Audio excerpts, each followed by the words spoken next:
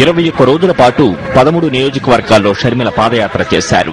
Rajahmundry bridge మీద నుంచి షర్మిల తూర్పుగోదావరి జిల్లాలోకి అడుగుపెట్టింది మొదలు ఆ జిల్లా ప్రజలు రాజన్న బిడ్డకు బ్రహ్మరథం పట్టారు. షర్మిల పాదయాత్ర తూర్పుగోదావరి జిల్లాలో వైఎస్ఆర్ కాంగ్రెస్ పార్టీని బలోపేతం చేసిందని వైఎస్ఆర్ కాంగ్రెస్ నేతలు చెప్పారు. ఈ పాదయాత్ర లక్ష్యం పూర్తిగా నెరవేరినట్టే. ఈ పాదయాత్ర లక్ష్యం ఏంటంటే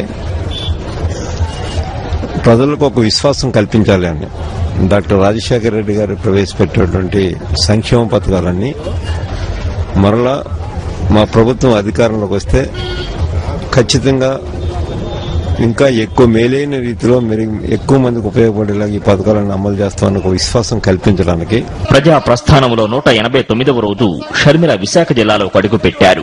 విశాఖ జిల్లా నర్సీపట్నం నియోజకవర్గం గన్నవరం మెట్టలో షర్మిల అడుగుపెట్టడంతో విశాఖ జిల్లాలో పాదయాత్ర మొదలైంది. రాజన్న బిడ్డకు స్వాగతం చెప్పడానికి వైఎస్ఆర్ కాంగ్రెస్ పార్టీ నేతలు కార్యకర్తలు భారీగా తరలివచ్చారు.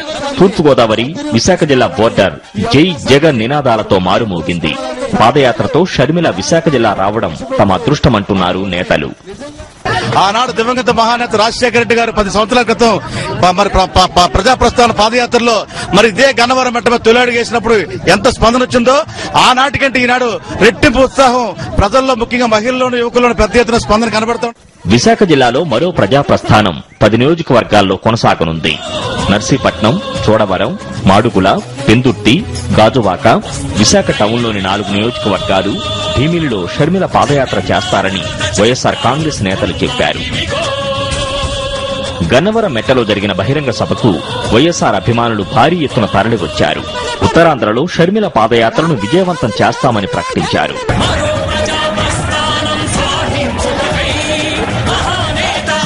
విశాఖ జిల్లాలో పాదయాత్ర చేయడానికి వచ్చిన షర్మిలకు వైఎస్ఆర్ అభిమానులు ఎప్పటికీ మరచిపోలేని స్వాగతం పలికారు. పోలవరం ప్రాజెక్టు ప్రాధాన్యత గురించి షర్మిలకు చెబుతామన్నారు. మరి సస్యశ్యామలం చేద్దామన్న ఉద్దేశంతో ఆయన పోలవరం ప్రాజెక్టు తీసుకొస్తే ఆయన చనిపోయిన తర్వాత కనీసం 20 యాగాన్ని కూడా ఖర్చు పెట్టకుండా కాలయాపన చేస్తున్నారు.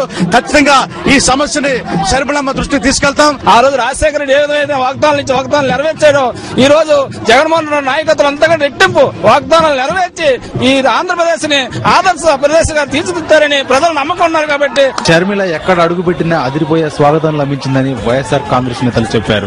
కష్టాల్లో ఉన్నప్పటికీ ప్రజలు తమ బాధలు మరిచి వైఎస్ఆర్ కుటుంబానికి అండగా నిలుస్తారని తెలిపారు. ప్రజల కష్టాలు తెలుసుకోవడానికి ఆమె ఎంత మండుటెండలో కూడా ఎక్కడ విరామం తీసుకోకుండా ఇంత నిర్విఘ్నంగా జరుగుతున్నటువంటి పాదయాత్రకు మేమందరం సాధారణంగా స్వాగతం పలుకుతూ రాజశేఖర రెడ్డి గారి కుటుంబంలో వారికి మాత్రమే ఈ ప్రజల యొక్క కష్టాలు తీర్చగల శక్తి ఉందని ప్రజలు నమ్మారు. ఎందుచేతనంటే ప్రజలు కష్టాల్లో ఉన్నప్పుడు ఏ విధంగా వారిని ఓదార్చాలి, ఆదుకోవాలి, వారిలో భరోసా కల్పించాలనేటువంటి అంశం ఒక్క రాజశేఖర రెడ్డి గారి కుటుంబానికి తప్ప వేరే వారికి లేదనేది. పాదయాత్రతో షర్మిల చాలా మందిని వైఎస్ఆర్ కాంగ్రెస్ పార్టీ వైపు ఆకర్షించారని తూర్పుగోదావరి జిల్లా వైఎస్ఆర్ అభిమానులు చెప్పారు. ప్రజలందరూ కూడా మరి ఎంతో హక్కును చేర్చుకుని తను ఈ రోజున అంటే మనం అయితే కొంతమందిని చేదరించుకుంటాం. ముఖం చూస్తుంటే ఫలానా వ్యక్తులను చేదరించుకోవాలనేటువంటి ముఖాలను కూడా మరి షర్మిలమ్మ దగ్గరికి తీసుకుని హక్కును చేర్చుకుని వారిని ముద్దాడుతుంటే మరి షర్మిలమ్మ యొక్క మనసు ఎంత ఉదారం ఈ యాత్ర ద్వారా తెలుస్తుంది. కాబట్టి మరి మాకు అర్థమవుతుంది.